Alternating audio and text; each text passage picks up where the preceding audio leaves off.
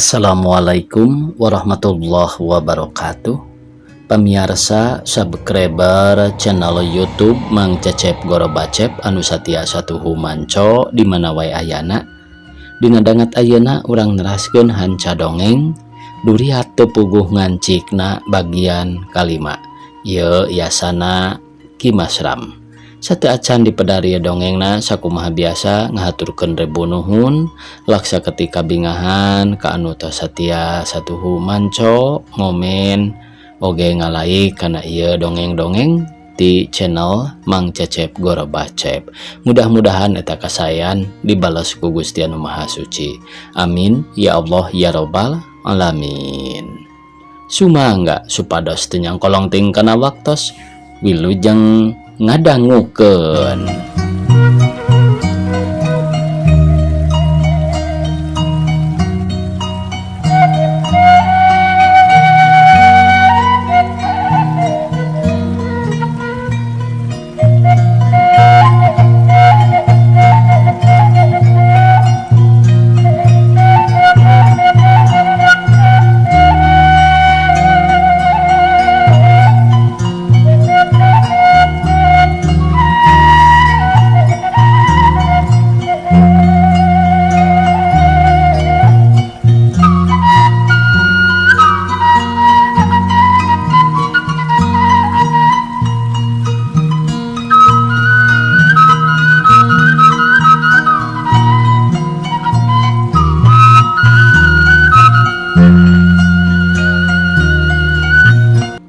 Bangor Dani mah alim ngebut mah sieun cilaka erna nyibit awak Dani atuh Dani ngagurubug atoh. Moal atuh risieun mah bade teras ka mana ieu teh.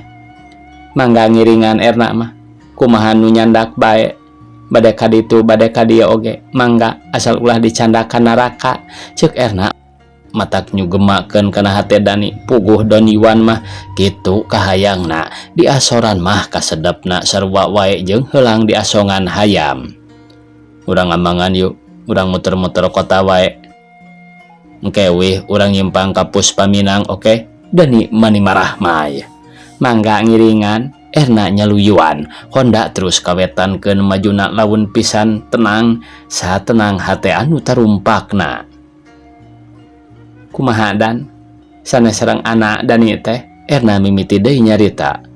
Kanggo naon sasarangan sareng istri samodel anak cross girl ceuk Dani teu euleum-euleum bisa kabatur ngagorengkeun ari manehna jelema teu baleg Don Iwan tukang ngaruksak wanita.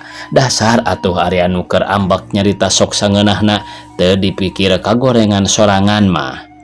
Nah kumaha kitu tos putus erna hayang meunang katerangan diputuskeun bongan teu satia tungtungna teh Dani mah ngewa teresep ku kalakuanana saha wae dilayanan nganyerikeun wungkul nu laras Dan ceuk erna kawas nu teu percaya.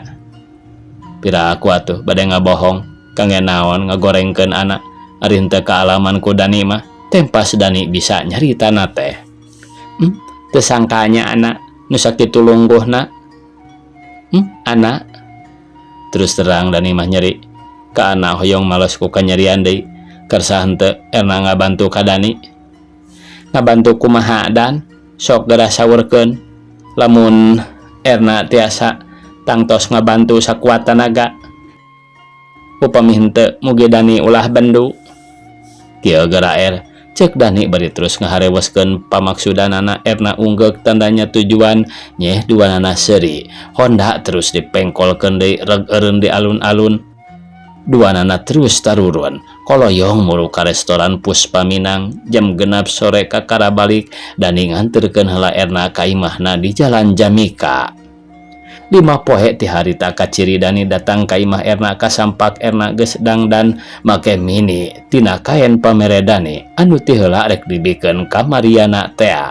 Puguh gagah da kaen mahal bol model agogo semu hideung bintik-bintik herang lamun kasorot ku lampu ting burinya beureum koneng sagala warna aya teu beda ti inten permata. Dani seri bunga sabab maksudna rek mapanas Mariana pasti kalaksana.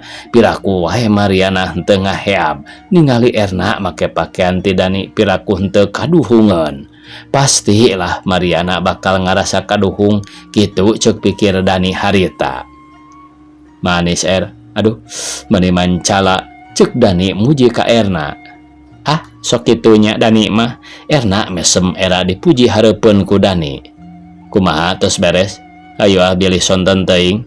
Dani teu sabar hayang geura indit hayang geura nembongkeun ka Mariana yen dirina payu ka awewe hayang geura mulangkeun kanyerian ka Mariana. Mangga, jawab Erna bari terus kaluar. Dituturkeun ku Dani tekung silila Honda geus kaluar ti buruan leok mengkol kawetan ka Jalan Jenderal Sudirman. Kaciri Erna jeung Dani pada marahmai sajajalan sempal guyon suka seuri. Teu kacaturkeun di jalana serta geus nepi kanu dijugjug kabeneran Mariana keur aya atuh kacidangaran jugna. Teu nyangka yen anu anyar datang teh Dani jeung Erna sobat dalitna. Mariana ngalaper hate ngaheab panas komo barang ningali kana pakaian Erna mah. Seret hate nyeri asa dibeset.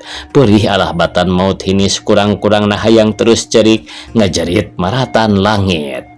Kaayaan hate Mariana harita bisa kabayangkeun sedih, nyeri, perih, datangna teu euih-euih. Nyeri ku Burhan ayeuna ditambah ku Dani panas ku Erna nya sahanteuna atuh. Keur mah raheut ditinggalkeun ku Burhan. Ari pek ayeuna dipapanas pisan ku Dani, untung sakitu oge Mariana masih keneh kuat nandanganana, tapi lamun seug kurang iman tangtu matak ngajarikeun panyakit ngalamun satengah eling. Mariana geus surti kana maksud kedatangan Dani jeung Erna teh matak Mariana teu pati mirosea ngaku oge sesederhanana wae. Timarana cek Mariana kaciri alum teu pati marahmai saperti biasana ari kadatangan ku Erna.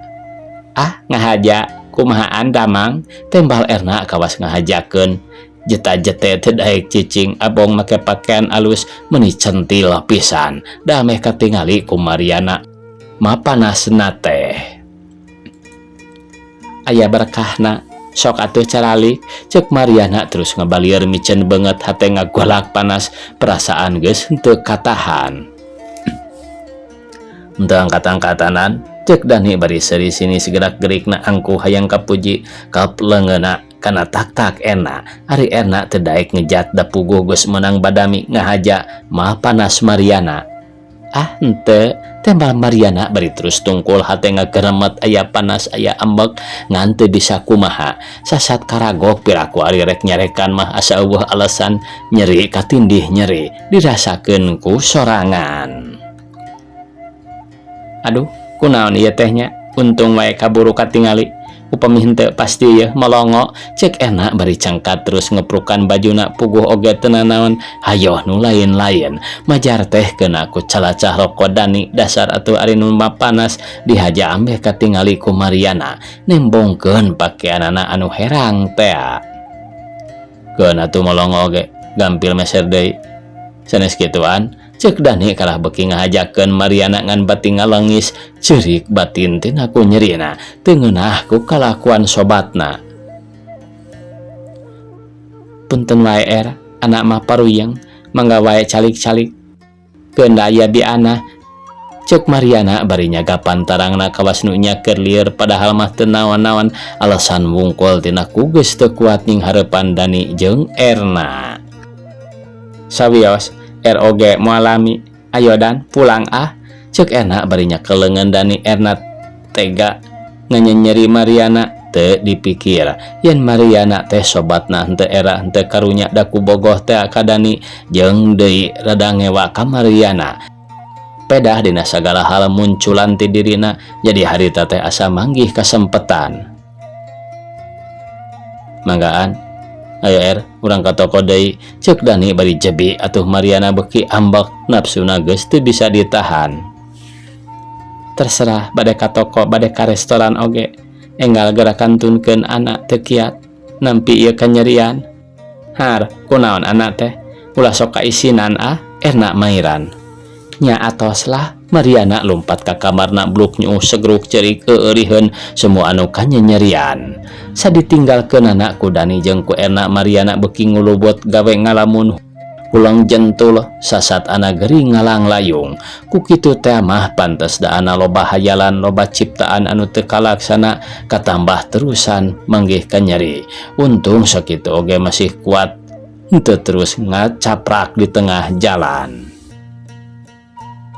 Tina ku geus loba manggih kanyerian, Mariana boga niat rek ngagugu ka kolotna nyaeta rek balik heula ka Ciamis sakumaha ceuk tina soal teh. Sugan wae bisa kaubaran bisa kabang balerkeun moal nguluwut teuing kawas ayeuna. Dina hiji poe Mariana geus aya di stampat bus di Jalan Muhammad Toha. Celak naik kana bus jurusan Ciamis. Teka caturkeun di jalana kira-kira jam 2 Mariana geus datang kanu dituju ti Ciamis terus kana keretek da puguh lembur namah di kampung nyaeta di kampung anu pernah sababaraha kilometer ti kota Ciamis. Barang nepi ka hareupeun imah gedong anu lega palataranana reg keretek anu ditumpakan ku Mariana teh eureun. Jut Mariana turun ka ciri ti jero eta gedong teh aya nu norojol kaluar hiji mojang pantaran Mariana sing horeng lanceuk nanya eta Martini. Anak cek Martini bari berebat lumpat mapagkeun jadi adik. Dah mangce cek Mariana beri terus munjungan ka ciri duanana semundu bunga geus lawas teu panggih ayeuna geus pada dewasa. Pasobana jeung Ibu Eja oge kacida bungahna kadatangan kuno jadi anak gancang Mariana dirangkul diciuman. Anak king cek Ibu Eja nempungkeun ka sono ka Mariana. Sok gerak ka jero diarap-arap ti minggu tukang kene ku bapa teh. Pasobana nungtun Mariana dibawa ka jero gek dariuk paroman pada marah mai pinuh ku rasa bunga nu taya papadana. Bade aya naon Pak Ibu meni asara ruas abdi mah cek Mariana hayang gancang-gancang nyaho kana maksud kolotna pangna nitah balik gancang-gancang tangtu meureun aya badami keunon. Penting puguh bapak jeung ibu teh rek aya picaritaeun. Tapi moal ayeuna engke wae geus salse pek ayeuna mah gara istirahat heula. Mariana nurut terus asup ka kamar lanceukna gelehe ngagelehe ras pikirna ingat ka Burhan. Rupa Burhan kacipta asa aya hareupeun les eta breh kabayangkeun waktu keur kadatangan ku Dani jeung Erna hate perih asa kasuat-suat kasedih karasa deui. Sorena Mariana ngadaweung ditepas di baturan ku Martini ngawarangkong medar pangalamana masing-masing. Ari Cece masih keneh ngadamal di rumah sakit cek Mariana bari menerkeun buukna anu ngarumbay katebak ku angin sore. Ngeureuh wae da teu aya deui padamelan anu cocok keahlian Cece mah ngan saukur jadi juru rawat. Sugan atuh anak jadi dokter. Tembal Martini semua ngaharu kawas aya nu keur di pikiran. Memang harita teh ku Martini aya nu dijieun pikiran. Rehna ku maksud nu jadi kolotna ka Mariana. Ieu teh rahasia da Mariana oge acan dibejaan acan nyahoon yen pangna dititah balik teh taya deui iwal tirek dikawinkeun jeung kapipamana nyaeta adi Bu Eja. Meureun tangtu Martini kerung bae ku Mariana ieu pisan anu jadi pikiran Martini teh sahanteuna ari karung hal mah ngerasa era disangka teu payu padahal lain kitu lain dirina teu payu ngan acan aya hasrat pikeun hirup rumah tangga ngan acan aya hasrat pikeun hirup rumah tangga jeung soal Mariana mah kapaksa da kolotna geus loba ngakautangan ku kapipamana teh. Ari kapipamana milih Mariana kungsi atau ge ditawaran Martini ngan embungeun kekeh hayang ka Mariana. Ari Mariana teh nyaho-nyaho di bejaan oge acan. Jadi acan puguh daek henteuna ngan ku pasobana rek dipaksa tina ku era teh ka kapi mangna. Nepi kana waktuna pasobana nyaritakeun pamaksudanana mimitina mah biasa malapah gedang heula sangkan Mariana ulah reuas teuing. Tapi sanajan kitu oge tetep wae ngaranjug mah sahanteuna atuh rek dikawinkeun sasat dibokong ku kolotna. Janten maksud apa sareng ibu teh bade nikahkeun abdi ka Mang Abud cek Mariana meni ngaleper hate nyeri kudu jadi kolot sasat geus dibobodo dititah balik batrek dikawinkeun leuheung lamun jeung nu sejen da ieu mah jeung dulur sorangan. Bener anak, tapi kitu oge muga anak ulah jadi ambak sabab apa jeung ibu oge tina ku kapaksa ku abud geus loba kahutangan. Coba aku anak bayangkeun 4 tahun apa nyakolakeun anak di Bandung sebulan teu cukup ku 5.000 di mana atuh biaya nu sakitu gedena teh. Tina ku hayang ngamajukeun anak apa kapaksa nganjuk ngahutang nya ka abud apa minta tulung unggal bulan biaya sakola teh ti abud eta oge ku apa teh rek ditungtut dibayaran tapi abud nolak sing horeng ka anak aya hate kadua leutik nepi ka mangkukna abud datang nyaritakeun pamaksudanana sasat rek minta anak tah kitu matak anak dititah balik ku apa teh supaya sabana nutup carita anana. Cek ibu mah ulah rek nolak anak keun bae da sakola oge geuning eueuh hasilna geus wae daek da apa jeung ibu oge doa. Abud mah jelema beunghar hiji sudagar anu sering ka luar negeri tangtu anak baris disenangkeun cing percaya ka ibu piraku kolot rek nitah sangsara geus ayeuna mah ulah rek nolak geura pikir ku anak rek neangan lalaki anu kumaha deui. Batur mah hayang boga salaki kanu beunghar teu sirikna neangan ari anak mah datang sorangan. Ieu teh milik anak omat sing nurut ka kolot. Pokona mah ulah rek ngawirangkeun ulah rek ngerakeun pek pikir bulak balik ku anak bobeung utahkeun naha bener naha salah nu jadi kolot teh Bu Eja Mairan. Mariana ngeluk tungkul telemek teu nyarek hate sabil rek daek kumaha ari henteu kumaha daek da puguh embung jeung tangtu dina ngajadikeunana oge moal harmonis. Tangtu cawerang da puguh henteu layet heula ti mimitina panggih oge tara wabuh oge jeung abud teh henteu ngan nyaho saliwat. Ku teung-teungeun ari kolot teu ngarasakeun pisan kana kahayang anak. Ari rek nolak kumaha jeung nu jadi kolot meureun kolot nandangan ka era jeung kawirang. Mariana beuki bingung rek kitu salah rek kieu salah leng pikir muter neangan piakaleun nu baris bisa mecahkeun kana kabingungna keur kitu burhan kacipta anu ngabeuleugeudeg hareupeun. Les eta Dani jeung Erna narembongan reup Mariana peureum. Ti paparakat nahan picerikeun tina ku teu kuat nahan kasedih hate. Teu wasa terus-terusan nandang kanyerian. Kajadian katukang ngalangkang narembongan kabeh pinuh ku kanyeri jeung kaperih. Mariana beuki sabil mikir-mikir jalan anu kudu dilampah nolak geus tangtu kaperih beuki nambahan kasedih moal rek leungit hirup terus nandangan katunggaraan. Eueuh deui anu kudu dipilih iwal ti kudu nurut ka kolot daek kawin jeung kapipamana itung-itung ngubaran hate ngaleungitkeun sagala kaperih jeung kanyeri hate mopohokeun burhan micieun karaheut anu geus ditarima ti Dani jeung Erna gilig hate Mariana rek nurut rek daek dikawinkeun bari dibarengan ku pangharepan sugan sagala pangalaman anu katukang terus leungit tina pikirna. Kumahaan sok kada jawab rek nurut ka kolot atawa moal ceuk pasobana teu sabar hayang geura meunang jawaban. Mangga abdi ngiringan mung kumaha kinten-kintena sareng Cetini. Tenan naon Tini mah geus ditale ku bapa geus ridho sanajan dirunghal ku anak oge. Lain kitu Tin, Ibu Eja ngareret Martini Surti pok nyarita tanda bener-bener ridho sanajan karunghal ku adi oge.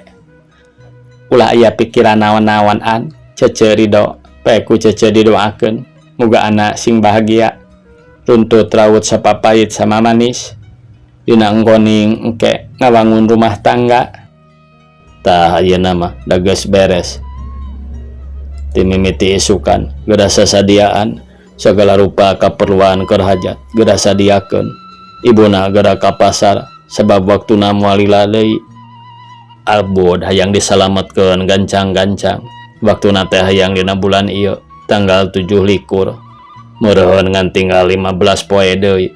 Jadi ulah nepi ka dina dongkapna. Ngulayaban deui kurang itu kurang ieu ceuk pasobana mere kaputusan. Beres babadamian Mariana terus asup ka kamarna segruk cerik jeung cerikan nasib diri teu nyangka kudu kawin kadulur. Han, hapunten Han, sanes anak nganyenyeri. Tobat teh pisan-pisanan, kapaksa nurutkeun kawirang ibu sareng apa. Han, kieu geuning Duria teh bete puguh ngancikna. Cunduk kana waktu ninggang kana mangsana Mariana jadi kawin ka Abud kapi pamana. Babawaan Abud kacida lobana bubuhan jelema beunghar, barang emas mang ratus-ratus gram, kain mang rupa-rupa, aya puluhan losina. Tapi sanajan kitu oge Mariana tetep tepeti berag, hate tetep ngarakacak. Da puguh kawin lain ku dasar tatali kasih. Kawin teu aku kapaksa nyumponan kahayang nu jadi kolotna. Waktu keur dirapalan oge Mariana teh kari ngaragragkeun cipanon, pikir kumalayang inget wae kaburhan, make peutingna nyegruk cerik. Kawas nu teu ngajenan ka panganten lalaki. Kakara sanggeus dilelemu ku Ibu Eja, Mariana daek asup ka kamar. Dina peuting harita pikeun munggaran Mariana ngarasakeun hirup anyar rumah tangga kalayan dibarengan ku kanyerian. Sabulan ti santasna kawin Mariana dibawa pindah ka Jakarta, hirup diurus kuno jadi salaki anu teu dipika cinta. Tapi sanajan kitu oge ari dina ngawulaan mah teu aral subaha, biasa wae lumrahna pamajikan kanu jadi salaki. Henteu ngijing sila bengkok sinembah estu bener-bener satia tina geus rumasa narima keur kana kadar. Rumasa terus sadar yen eta teh geus ngajadikeun milik dirina. Tunda heula pamiarsa carita Mariana jeung Abud anu keur aya dina kasenangan, urang tuturkeun lalakon Martini anu tisaprak kawin Mariana. Hatena henteu tenang, lain pedah sirik atawa ngarasa panas ngantina ku era ku batur. Era siga nu teu payu nepi ka dirunghal ku adi. Sapopoe tara daek gaul kawas biasa kaluar ti imah ngan saukur indit digawe nyaeta di rumah sakit Ciamis. Salaku juru rawat nepi ka dina hiji waktu Martini boga niat rek lunta ti lemburna, rek menta pindah digawe. Kabeneran ku kepala rumah sakit Ciamis disetujuan nyaeta dipindahkeun ka rumah sakit Cirebon. Sanggeus menang kaputusan kitu Martini langsung bebeja ka kolotna, tadi nama pasobana jeung Bu Eja ngahalangan, tapi akhirna kapaksa nya tujuan. Eta Martini kekeh maksa teu meunang dicaram pisan. Keur naon make jeung pindah ka Cirebon sagala. Geus di dieu ameh padeukeut jeung kolot, bisa katelingakeun unggal poe. Coba ari pajauh mah keung cuang ciung sorangan. Moal aya gesan pakumaha lamun keur aya kasusah jeung deui apa jeung ibu embung ditinggalkeun embung kalengitan ku tini ceuk pasobana bari netep Martini nembongkeun ka nyaah jeung kadeudeuhna kanu jadi anak. Munggi apa sareng ibu uninga ieu teh sanes kahoyong abdi dialihkeun ka Cirebon sasat tugas anu teu tiasa dipungpang, tugas nagara anu kedah dijalankeun deui kasejahteraan bangsa sareng nagara. Ceuk Martini ekol atuh pasobana jeung Ibu Eja teu bisa kumaha, akhirna nya tujuan ngan kaciri semua anu bareurat. Berat rek pisah jeung anak anu kacida dipika nyaahna. Pok Bu Eja nyarita semua anu ngalimba. Tini lamun bener mah tugas ibu teu bisa ngahalangan ngan pepeujeuh. Oma cing bisa mawa awak, cing bener bager, ulah gampang kagoda ku nu teu paruguh, cing bisa dina pergaulan, omat ulah rek ingkar tina kapribadian. Tengetkeun ieu pepeujeuh ibu, sabab keur kasalametan jeung kasenangan tini pribadi. Ku apa oge didoakeun ngan kade wae di kota mah loba gogoda moal cara samodel di urang. Komo tini awak awewe cing bisa mawa diri tina pergaulan, cing hati-hati sabab loba bejana lalaki di kota mah tukang ngaruksak awewe. Ulah gancang kabita ku ceritaan buaya, ulah kagelo ku pangolo, omatin apa mah pepeje. Segala pituah ti apa sareng ti ibu katampi pisan, mugi janten manfaat kanggo diri abdi, ceuk Martini rengkuh hormat semunu aja deh. Iraha rek inditna tin, Bu Eja teu kawawa nahan kasedih berebay cipanona ngalembereh maseuhan kana pipina anu geus karijut balas ku umur anu kolot, hate sedih dumeh rek pisah jeung nu jadi anak, sedih ku itu ku ieu ditinggalkeun ku sarerea. Enjing panginten Bu, nyuhunkeun piduana ti apa sareng ti ibu, mugi abdi aya dina panang tayungan pangeran anu sifat welas tur asih, mugi abdi dipasihan kasalametan dina ngajalankeun ieu tugas. Didoakeun, ceuk pasobana meh ampir bareng jeung Bu Eja. Isukna Martini terus indit ka Cirebon, sadatang-datang ka rumah sakit Cirebon langsung nepungan kepala rumah sakit. Sanggeus nyaritakeun pamaksudanana, Martini dititah ngadaguan heula di kamar tunggu teu kungsi saparapat jam. Kepala rumah sakit datang deui pok nanya ka Martini, "Cobi ninggal surat pindahna?" "Mangga," cuk Martini bari ngasongkeun surat di rumah sakit Ciamis. Sanggeus dipariksa terus dibikeun deui ka Martini. Teu sabaraha taun pengalaman janten juru rawat teh, kirang langkung 4 tahun dati ngawitan lulus tis SMA teras ngadamel di rumah sakit Ciamis. Ari ayeuna ditugaskeun ngalih ka dieu, kahoyong mah enggal tiasa ngadamel, margi di dieu teu gaduh saderek. Mugi wae Bapak tiasa ngusahakeun, ceuk Martini bari neuteup semunu menta tulung hayang geura gancang-gancang digawe. Tangtos malih upami Dokter Burhan nuju dinas mah ayeuna oge tiasa ngawitan, mung rasa nuju cuti janten saya enjing wae ka dieu deui upami kersa tiasa ngawengi heula di asrama supados henteu ngaluarkeun seueur biaya. Mangga ku Bapa dijajabkeun." "Sawios Bapak, janten abdi teh janten pembantu Dokter Burhan." "Leres," cek kepala rumah sakit nganyakeun ari Martini terus ngahulang hate mikir-mikir pantaran kumaha Dokter Burhan teh ngora keneh atawa geus aki-aki. Aeh teh ngajadikeun soal rek ngora rek kolot da aing mah narima tugas kudu satia jadi pembantu Dokter Burhan kitu, ceuk geurentes hate Martini harita. "Mangga atuh Pak, sawios atuh enjing abdi ka dieu deui," ceuk Martini pamitan balik celah kana beca nguruka penginapan. Ngadon sare sapeuting da isukan mah diasramakeun tur geus boga tugas anyar ngabantu-bantu Dokter Burhan.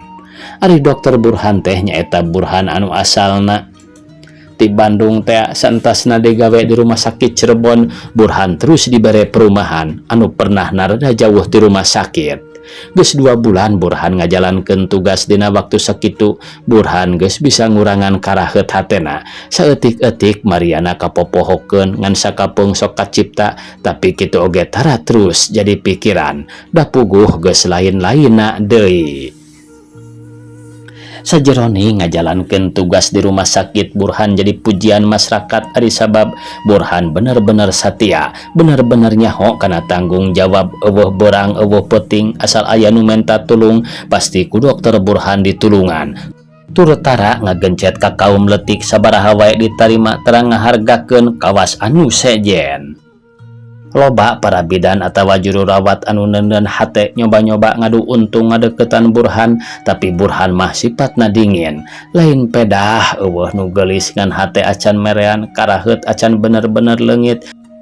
Jadi sieun raheut hate pikeun kadua kalina.